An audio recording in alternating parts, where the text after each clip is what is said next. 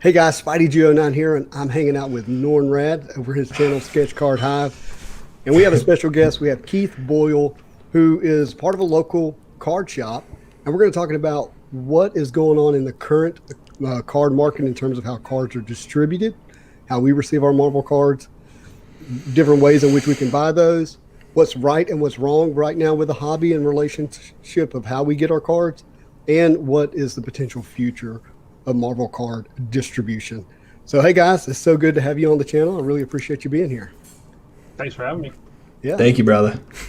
Keith, you want to do a little bit better of an introduction for yourself and let people know who we're talking with? Sure. My name's Keith Boyle. I have it started off as a comic shop, and we now love to call ourselves a pop culture store. It's I Want More Comics in Thornton, Colorado, which is just right outside Denver. We're a suburb of Denver. And we've been at it now 13 years, and our whole goal has been to be wide and diversified. We've even recently got into retro gaming, into vinyl, into Magic the Gathering has been huge for us in all this. But my passion, my hobby's always been the Marvel cards, and so we've always tried to do a little bit in that area. And over the 13 years, it's been a little bit of a roller coaster because there was times that it was just only a little bit of nostalgia.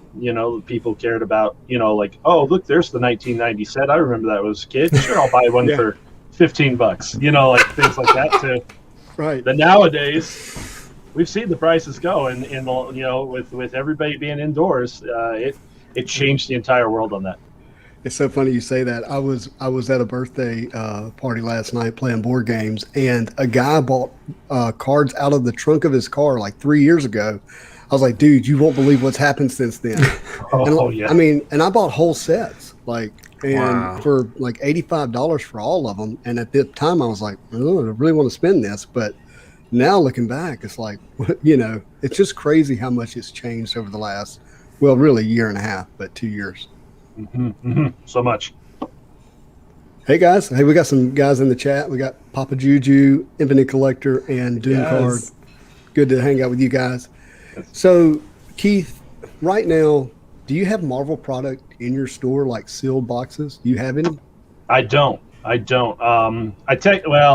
I can't lie. I got 4 boxes of X-Men metal in the back here. That's really tempting me because that's gonna be my X-Men are my guys. Those are my big ones there. But I got 4 boxes laying here that I got to figure out what I'm going to do by the time ePack rolls it out and I can start buying my own. But no, it's tough to get. It's the mechanic of getting this stuff has really been what's changed, and I think that I saw a lot of frustration out there with the collector. Looking at why can't I get product? Why does the price change so much? What is this aftermarket doing? And even as a collector myself, I see some of it and I get a little crazy with the idea that you could buy a box today and you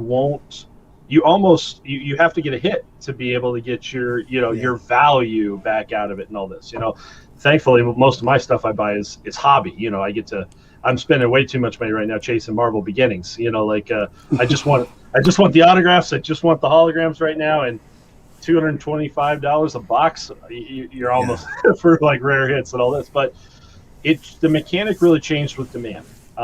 This is the biggest thing that we kind of see as to what's going on out there. I see it across all collectibles. Everything I talked about that we deal with, the demand of people coming into it, and the availability that they have about having some money has really changed, what's being bought and sold. So my distribution channel, Upper Deck product, is restricted to only be sold to Upper Deck certified dealers. Okay. They have a diamond dealer program. They have a couple of approved internet dealers, not many. This was a very, very small program that they had there. And usually that's actually a pretty good idea for the protection of the brand. They don't want everybody fighting for the bottom dollar out there on the, fighting for it on the internet. So there's only a couple. We know about, David Adams. We know about Steel City Collectibles. And I don't know all the details about if anybody else is in that, but we obviously see those guys out there. Yeah, but Blowout Cards is another one that comes to mind. Oh, yeah, yep. And that's it for me from a U.S. standpoint that I know is available. Is there any others? I'm not thinking of any. But and then whoever sells Do we on say eBay. Steel City? Yeah. Yeah. So that's But, three. Just to make sure people heard it. Dave and Adams DA cards. Then you have Steel City and Blowout cards, and I can't think of anybody else. Me too. Now, all the local stores like me, we can apply to be part of Upper Deck, which is basically signing the agreement and following any kind of rules and restrictions they have there. Not much. Mm-hmm. There's not much that they really have about that. I think it's mostly just about protecting the internet sales. Sure. But then we as a store get to go to a distributor and buy our product. So distribution level for us, my number one that's been my place forever and a day has been GTS distribution. I also have an account at Southern Hobby, and I also have an account at Magazine Exchange. So those are three that I know of that do the Marvel, and it may also be that limited as to how many Marvel distributors that they work with. And so just to be clear, and not to get into logistics, but these are wholesalers, not retailers, right? Yes. Okay. Yeah, they are. These are places that are not open, not for sale to the public. They're deliberately meant to sell higher volume, lower margin directly to stores like mine, so that we turn around and have a supply of product. It makes more sense for those three to be the ones managing all the accounts than say directly to Upper Deck, because then I order my Upper Deck product right alongside my Wizards of the Coast Magic, right alongside Pokemon, right alongside all this, and then supplies. All that type of stuff gets brought to me all at once. It makes sense to Upper Deck because they're literally going to move all of their product at once straight to wholesalers. Then the wholesalers are going to take the time to distribute it to these point-to-point contacts, whether it be the online retailers or local comic book shops. And each one of those distributors will have multiple warehouses across the U.S. And so that they'll, I can sometimes get my stuff out of the Missouri warehouse, sometimes out of Arizona, sometimes out of Southern California. But it makes sense because then logistically they've got that level figured out. They know how to pack a box and get it out there the cheapest and fastest way. And historically, this has actually been a way to keep costs down to the consumer. But we see that the world's really changing, and I'll just throw out Amazon setting the standard for how that is, and then now we're seeing it unfold in other industries and areas. Well, and what we see in the greatest area of cost increase is demand. I mean, we know that when you want to do the math backwards into a masterpiece set, and that a box has got one orange, and so there's an orange is serial number to 99, and there's 90 cards in the set. You can multiply the whole thing out and kind of get to a good idea about what the print run is. Well, if you're not dealing with a product that can get more printings, like say Magic, the current set of Magic, they sell out of that right away in the beginning. They're just going to run to the printer and get a little bit more in. Sometimes logistically a challenge right now with the world of getting in with the printers and COVID and all that, but they can make more. It's not a capped product. All the Marvel product that we deal with here, even if it's not serial numbered, let's take Marvel Ages, it's still a capped product.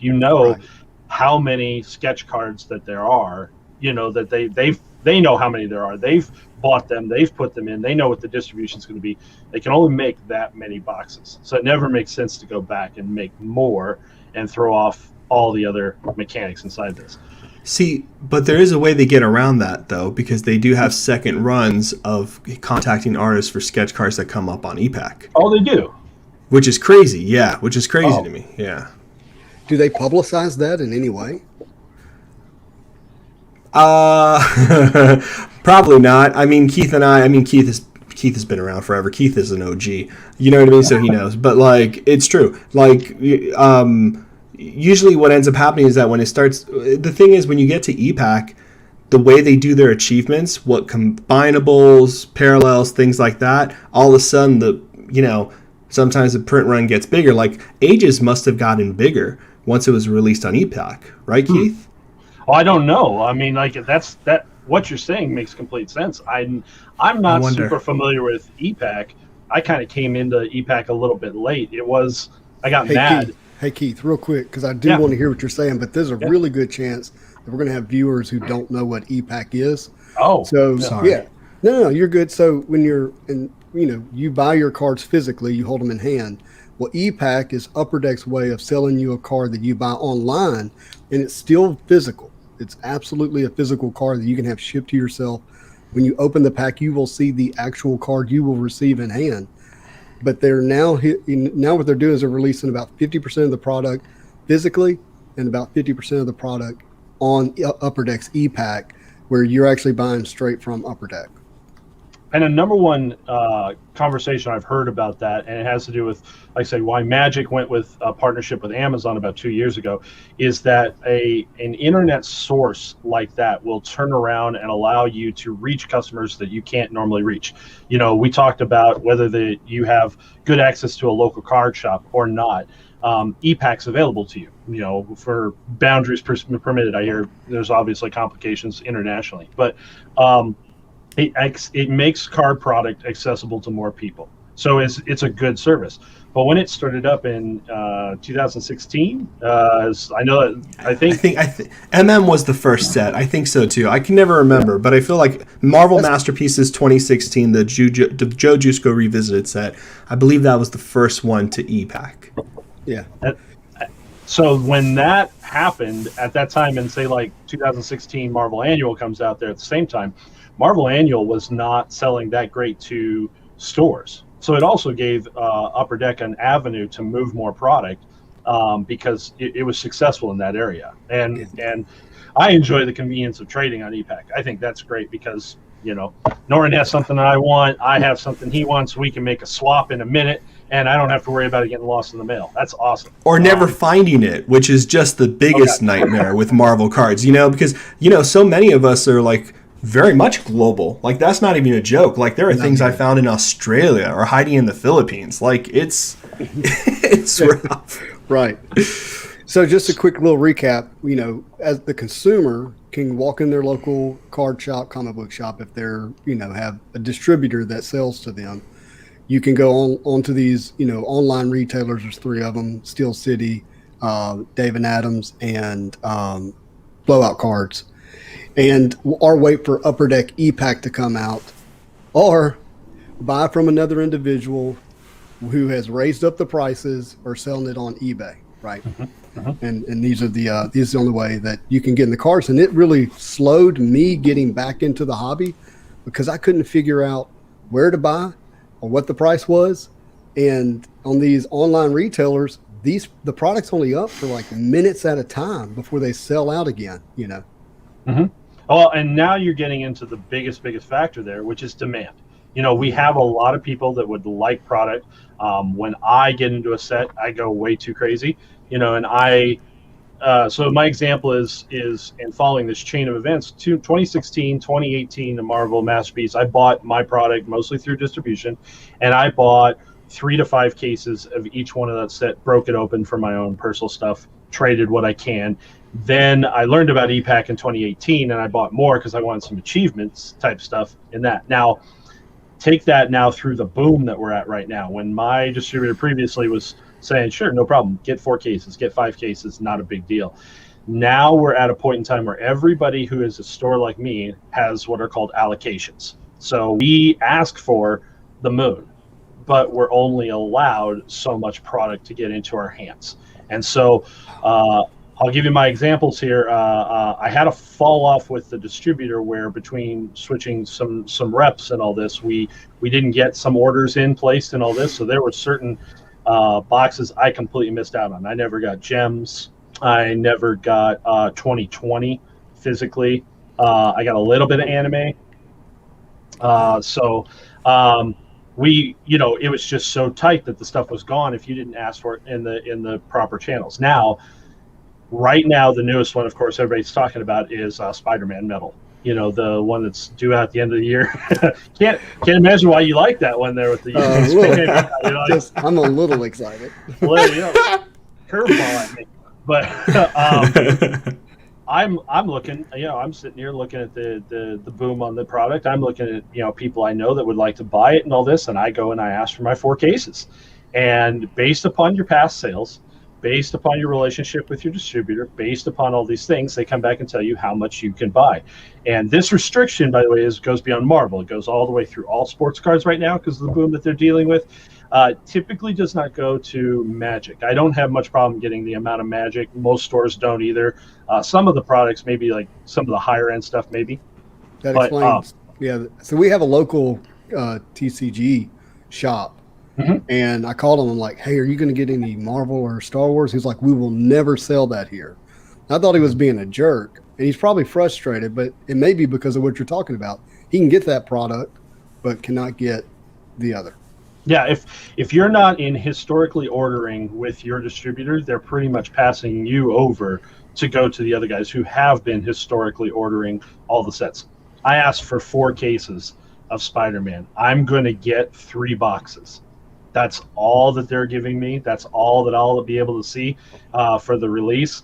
There is chance afterwards that I could turn around and see additional product come up and available. Mm-hmm. But what I'm guaranteed at, and what I'm getting at the proper, like what I would have expected to pay for wholesale rates, is just 3 boxes, and that's so limited. I mean, I could offer 3 boxes to you today, and they'd be gone, right? It's just it's a blink, and it's. Hey, what is your PayPal, by the way? Yeah, exactly.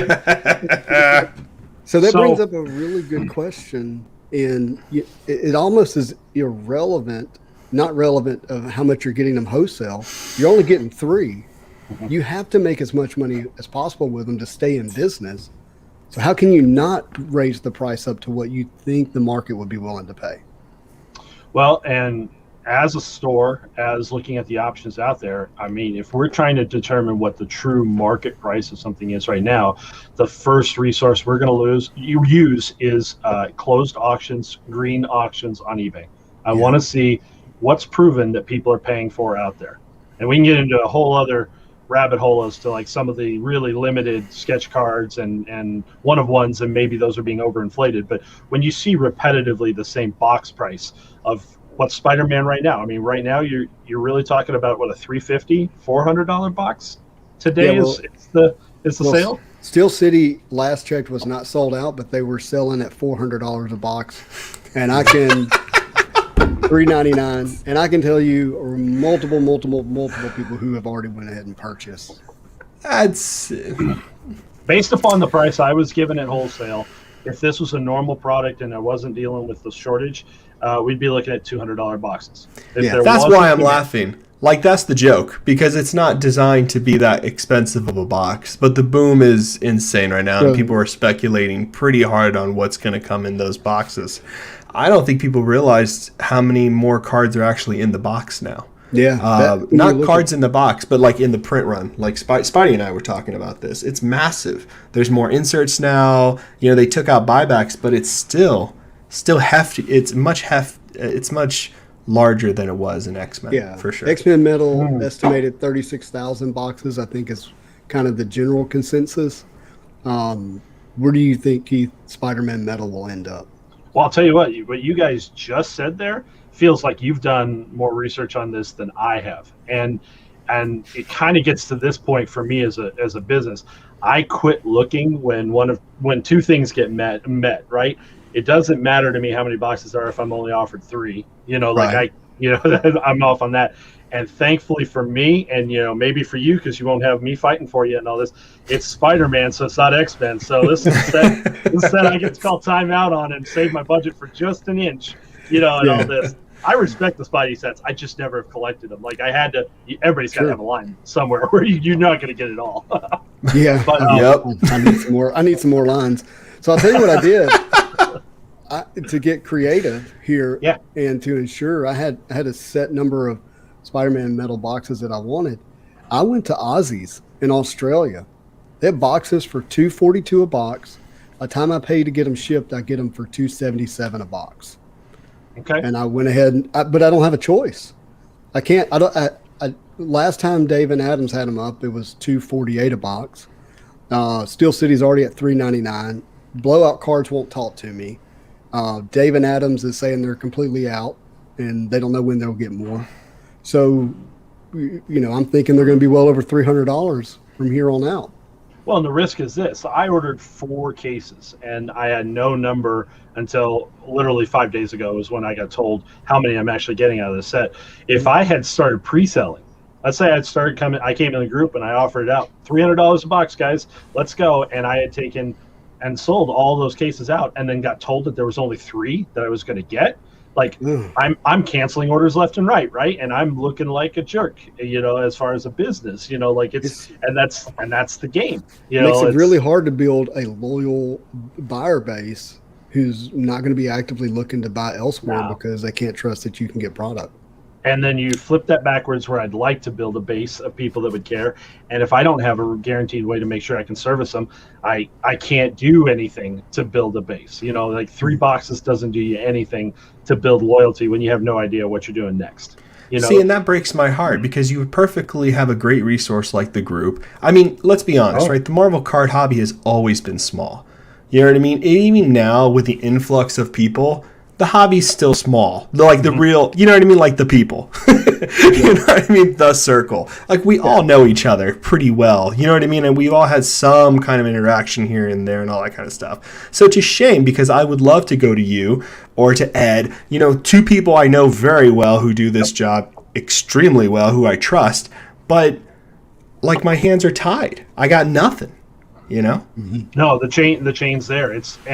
We literally are looking at everything that's to be learned in economics of supply and demand. And it's really, if I have no supply and there's just so limited out there, and right now we look at, 3 options, 4 options, 5 options, when you start digging to Australia to find, the correct answer, and nothing wrong with Aussies, nothing wrong with Australia. No. It's just, it's the best option on the table. It's what you've got. Talking to Billy, he's done the same thing. He's gone, hunting all over for that stuff. It's the whole always is everybody in all my businesses, comics, cards, magic, everybody who produces wants to know the same answer. How do we grow the base? How do we get more people into this? How do we do this? And it's certainly not with high dollar limited product that sells for 3-4x on the aftermarket immediately. You can't even get your hands on. I mean, no. I've said this multiple times now, but I think, and I'm going to say this publicly, but I think Upper Deck needs to take a note from Topps. The way Topps handles Star Wars is genius. Blister boxes and hobby boxes. That is a great division there. Gives everybody a choice. Hardcore people can go for the hobby box, which has a hit, and then people who want to just casually collect or get a chance of a hit can go to a blister box, and they're around. You know what I mean? It's not this fight or this kind of thing where you're putting people. Honestly, we're never going to see Marvel cards anywhere if people who are like Heath showing people Marvel cards can't even show them a card. You know what I mean? Or a box. What it looks like. I think the greatest thing that they could figure out a way to do is bring back a 99-cent pack. Even if it's just a no-hit set, you'd be right in line. Well, the Panini stickers was kind of that to some degree, but it wasn't hard. A lot of people jumped to that. It was in Walmart. It was a ton of fun. I give them away, they're I just cool. think they're awesome. But if they did have a card set like that at the Walmart line or the Target line, and the kid just like, hey, Mom, can I have this? Can I have this? And they're like, sure, here. Get in the card, open it up, see a Spider-Man and Wolverine, maybe a Silver Surfer one day. I think it would be, we would be building the future of the hobby, which is Sketch Card and mine and the guys at the Marvel Spack Fresh podcast. That's our biggest concern is, will these cards that we now love and enjoy have a home one day that somebody's going to want them? Well, and for the fun that you can have with, say, the Topps digital app, that's something that they have some stuff out there. It's just, we all know it's never the same experience. There is something about our collectible world, about the combination of tactile, about the sound of the wrapper. It's all those things that, evoke the nostalgia for all of us that just trigger this and just get us right in the mindset about that. Yeah. And digital it's fun. You still can get great art in that. You still can see cool things. You still can come out with a set of cards that has all the power stats so we can argue about who got wrong. Yes. Have all that fun, but it's not the same game. And this is they definitely know that there are levels of collectors out there. I really look at this really sharply, because when I'm analyzing how I service customers and who the type of customers are that service, I definitely divide people into 3 different categories. You have a hobbyist, and a hobbyist is the person who loves the hobby, enjoys that, still gets that feeling of nostalgia, is looking for the cards and all this type of stuff and all this, but typically kind of is playing at a lower level cash flow wise, whether that's just a choice or whether that's really their restrictions. You get into collectors who will spend a little bit more money, will chase the set that they want. A lot of people in our world I see migrate to like becoming either sketch collectors by an artist or character collectors. Like you get really kind of focused into what you're doing, and maybe you do buy a $200 card when you see the one you're looking for, but like it's not, like you're kind of picky and all this. And then you got the investor level out there who see how the boom of 96 masterpiece go and are trying to figure out what the next one is like that. And we see a lot of stuff out there. Like I said, I'm buying Marvel Beginnings boxes to try to chase down what I want and all this, but a sealed box is worth more typically than its contents. Like we see that in our industry. And so let's go back all the way to Spider-Man Metal here. How many of those boxes are never going to get opened? A lot. They're just going to collect. And there's a difference between, there's somebody who puts a case in the closet and says, "Oh, I'm gonna wait for this to triple in price," or something like that. Or right over somebody's shoulder, I see out there and all this, a couple in the background there where it's just, "Hey, this is my part of my collection. I'm putting in one on the shelf and all this, and I don't want to open it and all this, and it's just fun for me and all this." Every way that you do this industry, I don't have a problem with. I really don't, but it does influence all the other parts of the industry. When you get too much money getting tipped into, the investor side and all this, it drives up the price and it doesn't leave anything out there for the hobbyist. And then the collector is also in the middle of the squeeze, and they have to start making a call of $300, $400 boxes. There has to be an ecosystem. And that's exactly, like, I've never heard you explain better, Keith, by the way. That was awesome. There is an ecosystem, and there has to be a balance to all of it for sure. And I do think a lot of people are exactly what you said, which is buying and storing. You know what I mean? And they're waiting for people to crack open packs and boxes, not find the one of one, and then their case looks better and better and better to them until that major card is found. Well, so Sports Card Investor posted today. He said, "Here's this box, and all of these major rookies in here are down, like 22, 56, 60% down, but the sealed box is up 22%. It doesn't make any sense. Like you could open the box and you're not going to have anything that's going up in value, but the box itself is still going up in value. And I see it. I see it in so many different ways. Again, Magic is something, I do a little bit of playing in Magic myself and all this. My favorite set ever to play in Magic as far as a draft was called Rise of the Eldrazi. I just thought it was an amazing set. It was really smartly put together. A booster box of that, if you open up the best one out there in the world, hit the best foil, hit the best mythic, do all this kind of stuff, you're looking at a box that could net you like $200 in value. And yet you cannot buy that box for less than $800 today. Because it's limited. There's not a lot of it out there, because there's people like me that I would sit there at like 400 and go, I think it's worth opening up to draft. We could get 8 guys together. We could play this. Right. It'll be fun. We can have the enjoyment. I get the mechanics that lead us there and all this. Sometimes you're just like, how does 2 and 2 equal 8 in our world? It just doesn't add up to the number you're asking. Well, you have to add into the equation FOMO. That's how it equals 8. Yeah, it is. It is. You have a ton of that. I'm looking personally for one card right now. I need a Wolverine base out of 2020 Marvel Masterpieces, and I keep looking at it like creeping up and all this, and I got to make a decision. Is it time? Is it really a $600 card right now? Is it, or am I going to turn around and wait for one to come out? Where are you talking about the tier 4? Yeah, just the tier 4 base Wolverine. I got the other ones and all this, but I got it. But literally right now there are 2 available for sale. I look every day. Mm-hmm. They're both $600. One on eBay, one on comp. And I'm sitting there in the back of my head and I'm like, it's the best tier 4. No, hands down by character. Shouldn't it be $400, $450? And it just feels overinflated. But now am I going to pull the trigger at 600 because I'm worried that I'm going to wait until it's 8. You know, like as soon as I buy mine, it's off the market. It's gone. I won't move mine. So the numbers go down. I get it. The mechanics are there. It's just when we really talk about the boom in money and values and money being paid out, it's a crazy world. And all of us, like Norrin says, we've all been in this a long time. We've all know each other inside this and all this. And when we look at this and you go like, you're gonna pay what on a 90 hologram? You know, like well, I'm like, I hear you. I'm trying to think. I think I have it. I think I may have that Wolverine, and I might trade it for a Spider-Man box. You're like, yeah, it's like.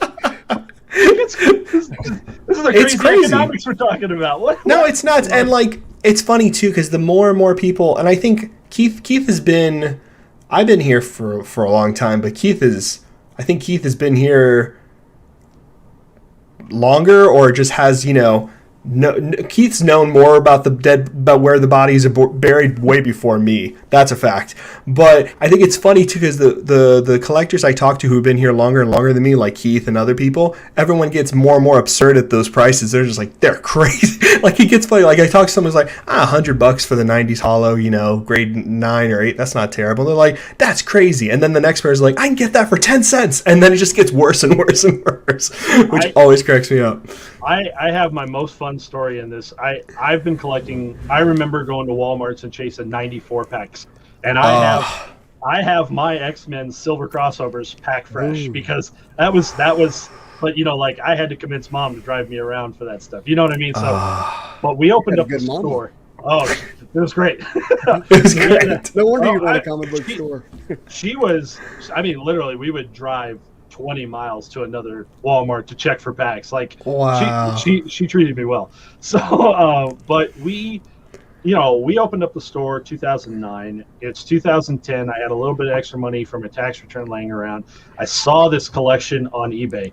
A known liquidator, place that buys out shops and buys out stuff, was selling 192,000 non-sport cards. And they have pictures of some stuff.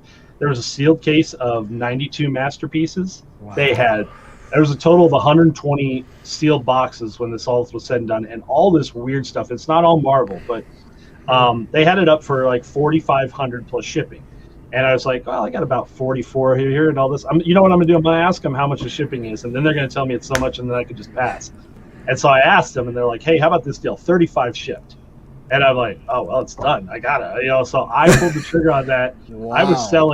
I cracked that case back in, like I said, 2010, 2011, and I'm selling those boxes at like $20, $40 a piece. And right now, everybody knows the market on a 92 masterpiece sealed box. You know, they're like, oh, up to 800. God. Yeah, that's crazy. Yet back then, that was a real price. That was a good price. They sat on my shelf for 6 months before all 12 of them sold. It wasn't like they just got snatched up. It took time. It took work to get there and all this. And as a business, I should be punished for not working that collection and not getting it sold by now, because there's still pieces of it I still haven't gotten to. And yet every day increases another $1. It's just crazy. This market is awesome. It's just crazy about this whole thing. So wow. I don't know how to. It's definitely. We all feel a concern in the idea that there's a tipping point right now, that this is getting so expensive that it pushes people out. And I wrote the post in the group about like what this is and what this looks like from the card store side, because I saw all the frustration in the other post about talking about those prices, the pre-order prices being so much, and throwing out, you know, the words like gougers and pieces like that and all this. And it was, I don't want to see people get so frustrated about this that they leave the industry. You know, like, I want the hobbyists to have a part of this. I want everybody to enjoy, because I also know from my side that if we lose the old timers, those of us who have been here forever and all this, that if the boom stops, like, this could collapse. We may go back to having no sets again.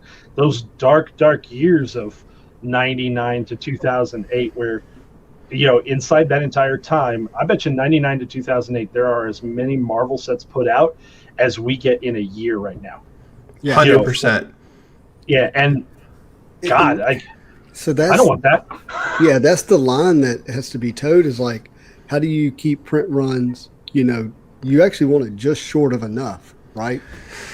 Without it becoming too gimmicky and too overprinted, where you all of a sudden the tide turns and people's interest just shifts a little bit and the whole thing collapses on itself.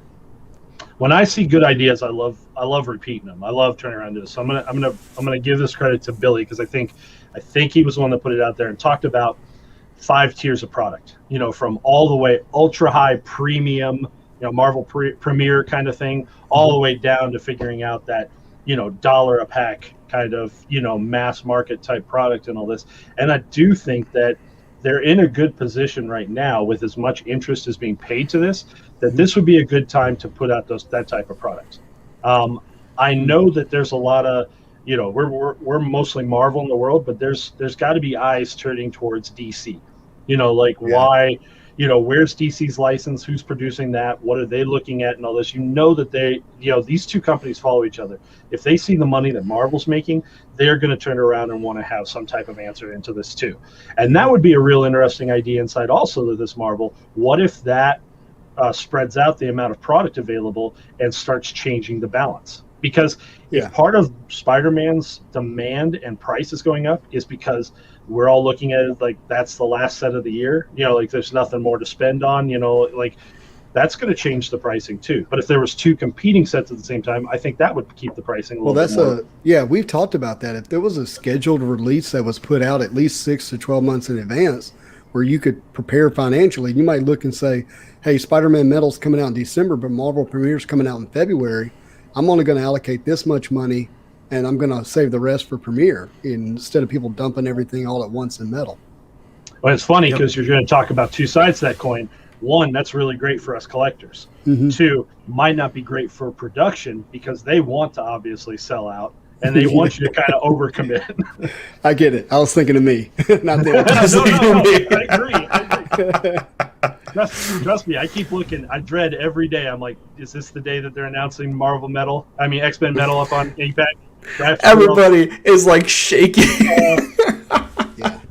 Well, it's interesting to see the price of that too. Like, I'm interested to see what Upper Deck does, because it understands how high Spider-Man's gonna go, how high X-Men's been going. You know what I mean? Like, they always charge a little bit extra for ePack for the convenience of trading, all that other good stuff. But like, I can't, like, Keith, like, do they? I don't know why I'm blanking on this, but they never go as high as the hype, right? Like, did they do that with 2020, like Marvel Masterpiece? I can't remember. They did not with Black Diamond. They didn't, right? Yeah, Black Diamond was cheaper on ePack than it was. Yeah, and that's when all these prices are going to start crashing, honestly, is when that starts happening. So you got two parts inside that world and all this, because you've definitely got the that at that level, Upper Deck's not sharing the cash, right? I mean, they have to pay for the comp services and things like this, but they're not sharing it to a distributor, sharing it to, a retailer, and then it goes out to the public. So they see a larger part of that cash flow inside there, but they also can't go too cheap, because if they devalue the secondary market and all this, that leaves a bad taste in everybody's mouth for future product. Well, you also want to prevent that one or two, person who's going to just buy everything if it's too cheap. They're just going to come in and just grab it as fast as they can. Oh, God, yeah. We've had that conversation on every kind of product that comes around here is, this is a great set of Magic and all this, but if it's too good, why am I going to sell it? Why won't I just open up the packs for myself and just sell the singles? That's exactly the mechanic you're talking about. And there are so many people that can buy at the 10K, 20K, 50K cash in level that would make that kind of call and decision. And that would really mess up the market. Yeah, for the viewer who's listening here, if you get a chance and if you don't already know, look up the word arbitrage, and you'll understand what's going on in not only Marvel cards, but last year I wanted to buy one of these. I wanted to buy a Cam Link. Okay, this is $119 Cam Link. It cost me $300 last year because some robot bought every one of them from Best Buy and Amazon, and then put them out individually on third-party sites, one at a time. And if you wanted to do YouTube videos while you're in the pandemic, You really needed a cam link, and they knew it, and they bought them up and created an arbitrage. Wow. That's it. There's a desire for a lot of people, obviously, that are trying to make money, to look at the easier ways to make money. And sometimes it really gets lost when you combine that with hobby, because, like there's, you don't value your own time, as an example, about turning around and doing it. But some of this stuff just spikes up so much. And we're so prone right now with all these sets to have a lottery ticket inside of them, hit the one of ones, hit that crazy Liddy Lee sketch, the Ash Gonzalez, Liddy Lee. There's all that stuff out there that everybody just immediately like, woo, there's my ticket. I got where I want to go and all this. And there's something that I think is going to help slow some of that down. And, now your PayPal, Venmo, eBay, Mercari, they're now required to send you a 1099 if you do more than 600 in sale a month. And so you have a lot of these people. A year. Is it a year? A year. A year. Sorry, a year. Yeah. These people, I'm sorry, I'm a banker, and there's this whole thing going on right now about $600 a month transaction. I don't know if y'all have seen that. Yeah. So I have that on my mind. Yeah, but yeah, so that's the people who are skirting paying taxes by, living in this arbitrage resale environment, they're gonna get hit. Well, and now you're going to watch this cascade, because as those services have to provide more information and put more infrastructure in to make sure that their reporting to the federal is correct, they're also going to be more concerned about their own fees, and you're going to watch the crackdown on the friends and family stuff. Oh, it's begun. It's a natural progression there, and they're gonna turn around, and they want to find a couple bigger examples and really punish people that are going to go tell the world that they got punished and their money held for 6 months because it could have been disputed and things like that, and then they get their piece back. It's a real big focus inside that. Agree. If you're holding money in PayPal or Venmo right now, you are making a mistake. That's from a banker. Yeah, because all PayPal has to do is say, we think you actually sold something that's not good, that was goods and services, not friends and family, and they'll confiscate it and hold it. I already moved all my stuff over. The moment my wife looked through, she was like, "Hey, did you hear the news about PayPal?" I was like, I started logging into PayPal because I knew it was coming. And I was like, "What is it? Tell me the bad news." Well, if we can, this has been such an amazing conversation, Keith. I want to talk about Fanatics. Now, Fanatics, for those who don't know, they're not currently in the Marvel card space, but they are in the trading card space, as they just purchased Topps. Did they purchase Panini as well? I think so. Yeah. Yeah. And I thought that was connected. Yeah.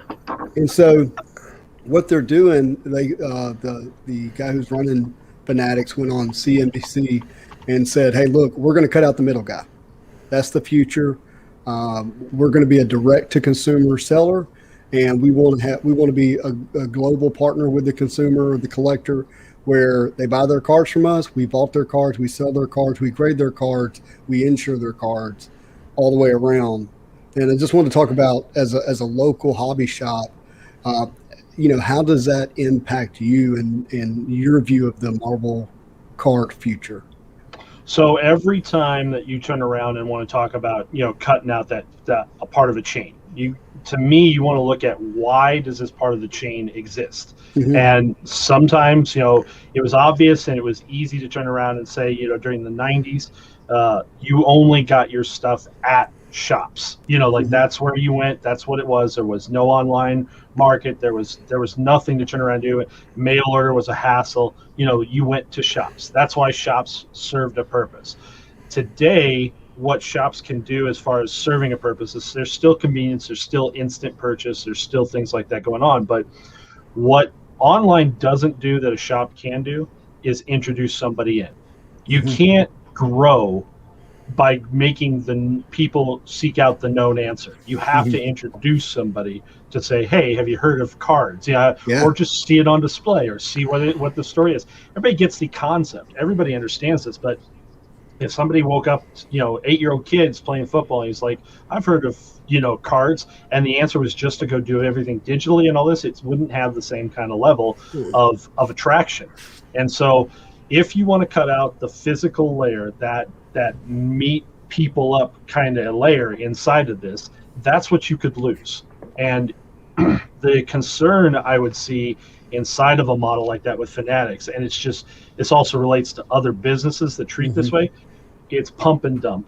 It's build up your entire value, build up your entire business, sell it off to venture capitalists, to, you know, like the different, you know, it's not VCs. Who am I thinking of? The investment firms. The investment firms who are selling stocks and shares of collections and valuable cards. But the houses that want to buy a $1 billion company only to sell it in 2 years for $2 billion. I mean, that's $1 billion in profit. That's really great. Yeah. But you want to, like, you're just building up, you know, something to sell it off to somebody else in the future. Because I got told this real interesting idea. Let's say you make paper towels, and you get called to say, hey, Walmart wants to carry your paper towels. Wonderful, right? Your volume is through the roof. You're going to open up a new factory. You're going to be able to do this. You get the first year's contract. Everything's great. You come back in the second year, Walmart, notorious for this, will say, all right, that's cool, but now I need it for a nickel cheaper a piece. And the second year, you're like, well, I'm still making a lot of money. Everything's going great. But when that third year, that fourth year nickel hits you, and all this, you're going to end up into a problem where you're upside down. So, like, most profitable in life is get the Walmart contract, sell your business. You know, like, sell it and let somebody else look at the futures and not have to worry about that type of thing. Because in 3 years, when you come to Walmart and say, I can't cut you another nickel, they're like, well, guy down the street will. You know, like, it's the game of everybody looking for all that type of stuff across the board. I'm worried that Fanatics is a pump up to sell this off. And if the most logical way to pump up your value is obviously, how do you attract more value? How are you selling your stuff for a higher product price? And you're going to sell it. If you cut out distribution, you cut out retail, you don't have to share the percentage. Well, so it reminds me kind of like the 80s, and if you were a stockbroker and all of a sudden this thing called, you know, a personal computer popped up, and it was starting to, you know, you could track trends and data and Fibonacci levels and all this kind of stuff, and a computer could decide when to buy or sell. You know, people thought, okay, the financial advisor is going to go away. We'll have computer models, right? Well, actually, if you really knew what you were doing, you could actually become a better consultant, and the computer could actually assist you to do that. And so you saw the evolution of the stockbroker. And I could kind of see that with something, say, Fanatics, where, you know, if product became more available and we were able to buy direct to consumer, people are still going to want that physical, personal community experience that you could build around that with a local hobby shop. You just have to change the way in which people experience you, whether now they're buying digitally and maybe they want to co-sign their card, you know, or something like that locally or whatever. I don't know. I haven't thought that far through it, but I think there is a way to maybe leverage this to help offset some of the issues that we see now in the industry. Well, would we also see like Fanatics doing like franchises?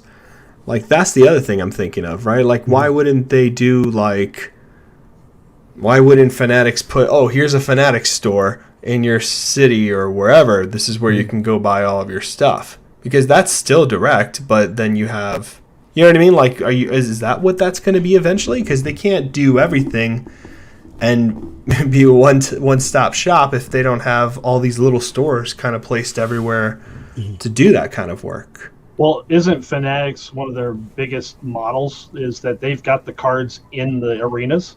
Like, they sell out of if you go physically to, you know, to the baseball stadium, to the, you know, to the a hockey rink, to the basketball rink, you physically can buy it there at the game. Yeah, I don't know that for sure, but it would make sense because of their strong connection with the leagues, and, you know, the fact that they're giving players some ownership in their likeness and image is what I hear. But their primary model is like selling apparel online, and they're building this into that model, from what I understand. Hey, a little clarification. Brian Hudson pointed out they didn't buy Fanatics didn't buy Panini and Topps. They bought the licenses of baseball, NFL, and NBA, which currently was held by Topps and Panini, and they're losing that. And so that was a misspeaking on my part. Clear that up. Yeah, I haven't been in sports cards in a while, so this area kind of like partially, you know, obviously, like for the same reason you brought it up there about looking at how could this change, you know, my business model and all this. I wanted to know some level of it. But I mean, in our world, I think you said this right before we started recording and all this, but, you know, in my world, as far as the business, if you're not evolving, you're falling behind. because Right. you obviously have to look for new products and all this. I looked at seriously just a month ago, what could I do with the new Funko NFTs in the Hmm. store? Yeah. And the idea is like, is there a relationship there? I do great with Funko Pops here. That's a Hmm. very large product line for us. But is there a possibility of doing that type of stuff? And so, like Norrin says here, do we look at something where the shops become something different and different part of the industry? I think the only difficulty is that we always thought, like back to the '90s, where if you wanted to go chase a King Griffey Jr. rookie card, you went into a hobby shop because they had it in the case, kind of Hmm. idea. But online purchases, eBay's and all the shared marketplaces have made that so much easier that shops just can never carry the kind of inventory that you'd find online. So it's still a tough segment to like Yeah. figure out a way to work. I hate to say the answer is obvious because it isn't, but what is like becoming clear to me is that you might have to move from being just a seller to almost more of a consultant of, hey, your collectibles. Here's what I would be buying, and here's where I would go to get it, and here's how I would resell it. You know what I mean? And then be an outlet for that as well. You really have to change the way in which you're interacting with your clientele. Mhm. Well, and there's so much being done today, and where we get our greatest success right now is not about a marketing campaign. It's not about turning around and trying to buy Facebook ads to get people to buy comics and all this. It's by cultivating our own user group that we Love it. turn around and you know they all get to make the recommendations and say there like, hey, did you guys just read this brand new Batman book? And they get to have the conversation in that direction there, and you just get to be part of that type of thing. But by cultivating the fan base, that is what feeds into the strategy as local stores are about, like third space. It's the Mm, you got home, you got work, where else do you want to be? Well, I want to be at the comic store. It's not necessarily going to be hanging out there for hours and hours. It's better as a gaming store, but also by creating that online spaces, Discord channels, Facebook groups, all that type of stuff where people can get to know each other and your customers become friends, and then mhm. they turn around and get to share in this hobby together. Because of all things, we still start this at a basis of our enjoyment and our hobby, and we need to be able to promote and not just, well, I blew $400 on a box and I guess that's over. We need to be able to sit back and enjoy it. And I need to be able to show off to you, hey, did you see this cool plate I pulled? And you're like, oh man, that's awesome. And we all get to, have a little bit of fun inside of it instead of just flip up of, oh, $5, and just Right. move on. Otherwise, there's easier ways to make money than busting boxes. Yeah, the community aspect of collecting is quickly becoming, I think, a lot of people's favorite part of this hobby, whether it's ripping packs or breaking boxes together or talking about our collection or talking about other people's collection. Like that's what we're doing. Sketch card. No, I mean, I would just, it's funny because there's two comic book stores here where I'm at, and that's always the thing. It's like all of us Marvel collectors know this, right? You go into a store, you say, hey, you got Marvel cards, and they're like, no, piss off. And you just basically get called to leave out of the store. Like, it's true, And the ones that I remember as a kid and as a grown man are the ones where I'm having these conversations, right? And it's not like, oh, my knowledge is more superior than yours. It's more like, hey, this is what I'm reading. What are you into? Because I think it makes a lot of sense. Obviously, you can see that Keith knows the stuff because for me, that's the only reason you would go into a store and have that third place is for the community, for the friendships. I mean, that's the only look, and the truth is this, the only reason I'm still here with all this card stuff is not just to hunt down cards and all this other stuff, but this is the friendships I'm making. And I think that's what makes the hobby what it is. You know what I mean? It's not just getting what you want and being done. That happens, that takes time, that gets old. You know what I mean? That changes things. Yeah. Absolutely. Well, Yeah, I think this is kind of the counterbalance point to everybody's frustration about pricing, right? Is just figure out whatever level is going to make it fun for you. Figure out what you can do to still enjoy this. When you're frustrated about the high prices, I don't think anybody's happy about the high prices because none of us are in the loop to really get an advantage off that. I could sell 3 boxes at a high price. Woo. You know, like it's a one-time hit and it's gone. Stop going crazy, Keith. Why are you trying to get? I want you to get rich, Keith. Just not off of me buying your free. But you know, what can we do to turn around and have the fun and all this? And it definitely it feeds by that community. And if you can, it's just the same thing. You sell. I tell everybody, you buy a comic book for $4. You get to read it for 15 minutes. You get your fun on this. If it's really good, you get to read it again because you kind of fall into that. But if you also get to get in with and talk about it for 5 minutes with friends or share it and all this, you're just making your money go that much further. That's so good, man. That's such a great point in terms of how to enjoy this hobby.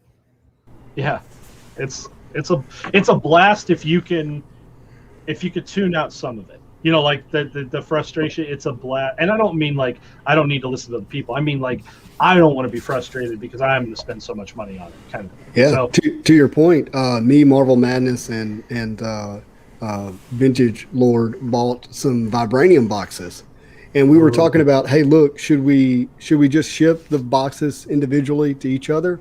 I was like, no. Vintage Lord, you're going to open them up. We're going to open them up all three together at the same time on the channel, and we're going to enjoy it and talk about it because I want the full value of what I purchased, and me opening them up by myself alone isn't giving me full value. No, I mean my plan for the future is going to have to be, and I haven't told anybody this, so this is the first time I'm talking about it. Yay! But my plan for the future is to get character collectors together and to go in on boxes, and then. Oh, dude, that's awesome. I know. I've been thinking about it for a while. I have of character collectors. So yeah, you're at the top of the list, 100%. But I just feel like people are going to have to get creative because it's not going to go away. It's going to get stranger. And I think a lot of us who will still be here in 5 years and doing this stuff and still getting excitement about this will be collecting this, even if it's worth a penny. And that's at the end of the day, that's what's going to come down to, because it is locusts right now, right? It is people coming in, eating stuff, and then not thinking of, I'll eat it down to the root, and then I'll have to wait 3 years for it to regrow. Locusts don't think that way, right? So it's just feeding it constantly. But I think there's a lot of fun things that can be done, especially since we know the hobby is small. And Keith knows exactly what I mean. You know what everybody's looking for. If you figure out your strategy, you hook up with a few people, and you make some fun. Everyone's happy at the end of the day. Mm-hmm. Oh yeah, I think that we're going to see a lot. I think we see more money come into this than before it actually, like when people are looking for a crash and burn. I think that it becomes very easy for, somebody putting in an investment of 5 or 10K for these guys that were playing around at 50K levels in sports cards. Like it's not much. They do recognize it's small. They can just sit on the sidelines of this and it won't seem like it is. It means a lot to us when we watch sets. I was holding off and I never bought that 98 Marvel Creators, but now it's 5 times as much. And, we feel bad about that in our world, but on the, I don't think that's going to change too much for a bit. We're just going to have to get focused. We're just going to have to live in our world. And I just went through my Marvel 3D 2 nights ago. Oh, nice. I was like, I'm going to let this go. I'm not going to collect the sketch cards anymore. I'm not going to collect the autographs. I'm just going to wear it down to this. And, you make the calls. You just make a little bit about that.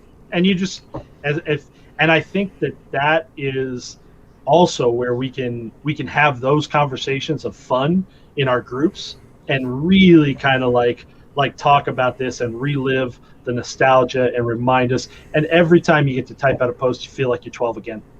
Yes, that's the awesome. game. I love it, man. So true. Gosh, I have learned so much, Keith, today.